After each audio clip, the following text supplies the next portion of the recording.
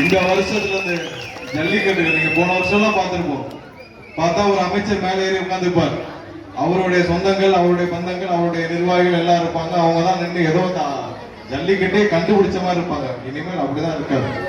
பொதுமக்கள் நீங்க தான் மேல இருப்பீங்க, நாங்கெல்லாம் கீழே இருப்போம்.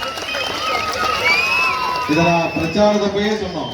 முதலாவதா இனிமேல் எந்த ஜல்லிக்கட்டுலயும் இந்த அமைச்சர்கள் மேலே ஏறி நிற்கிறது, அவங்கதான் குடும்பத்தினர் மேலே ஏறி நின்றுக்கிறது, அந்த பகுதி மக்கள் உள்ளே வர முடியாம வெளியே நின்று எட்டி பார்க்கலாம் இருக்காது. முதல் முக்கியத்துவம் இங்க இருக்கிற பெரியவர்கள், நீங்களே ஒரு கமிட்டி ஃபார்ம் பண்ணி சொல்லுங்க. நீங்க தான் மேல இருந்து துவங்கி வைப்பீங்க. துவங்கி வைக்கிறதுனா அரசுல இருந்து கலெக்டர் எல்லாம் துவங்கி வைக்கட்டும். மேல இருந்து பாக்குறது நீங்க தான். நாங்க ஓரமா நின்று பகுதியில் அவனே ஒரு ஜல்லிக்கிட்டா அவனே ஒரு மக்களே உள்ள இருக்க மாட்டாங்க.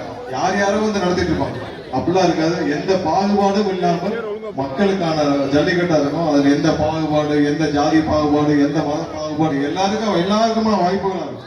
ஜல்லிக்கட்டு நம்மளுடைய பாரம்பரிய நிகழ்ச்சி, நம்மளுடைய பாரம்பரிய விழா. அது அப்படிதான் இருக்கும். அந்த வாக்குறுதியை முதலே சொல்லியிருந்தோம், அதை கண்டிப்பா செய்வோம். ஜல்லிக்கட்டு நடந்தது ஒரு பெரிய லாபி. அந்த அமைச்சர் சொன்னாதான், மூர்த்தி சொன்னாதான் ஜல்லிக்கட்டு. மூர்த்தி சொல்ற நடப்படிதான் நடக்கும். அப்படிலாம் இல்லை.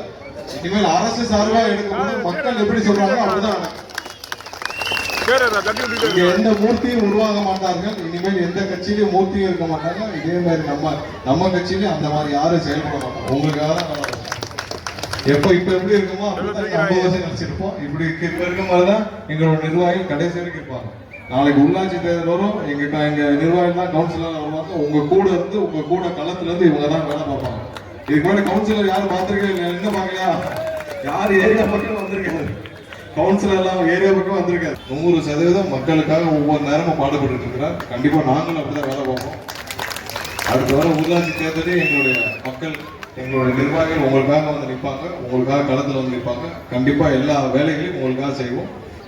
கொள்ளையடிச்சிங்கன்னு சொல்லுவோம். கண்டிப்பா அதுக்கான என்ன தண்டனையோ, நீங்க தப்பு செஞ்சிருந்தா அது ப்ராப்பர்ட்டி டாக்ஸ்ல மாநகராட்சியில எவ்வளவு ஊழல் நடந்துச்சுன்னு தெரியும். விரிவா விசாரிக்கப்படும். விசாரிச்சு யார் யார் தவறு செஞ்சாலும் கண்டிப்பா 100% நடவடிக்கை எடுக்கணும். மக்களுடைய சொத்தை யாரு திருடினாலும் நடவடிக்கை எடுக்கணும். இத்தனை 4 வாரம் அமைச்சரவை ஆயிடுச்சு. தலைவர் அண்ணன் விஜய் முதலமைச்சராகி 4 வாரம், இது 5வது வாரம் ஆயிடுச்சு. எப்படி இருக்குன்னா அவை தலைமைச் செயலகம் இது அங்க எல்லாம் வர்றதே பாத்தீங்கன்னா காலையில அவ்வளவு கூட்டம் வருது. எல்லாம் பொதுமக்கள். இன்னைக்குதான் பொதுமக்கள் தலைமைச் செயலகத்துக்குள்ள வராங்க. வந்துட்டு ஒவ்வொருத்தரும் அந்தந்த அமைச்சரை பாக்குறாங்க, சந்திச்சு பேசுறாங்க.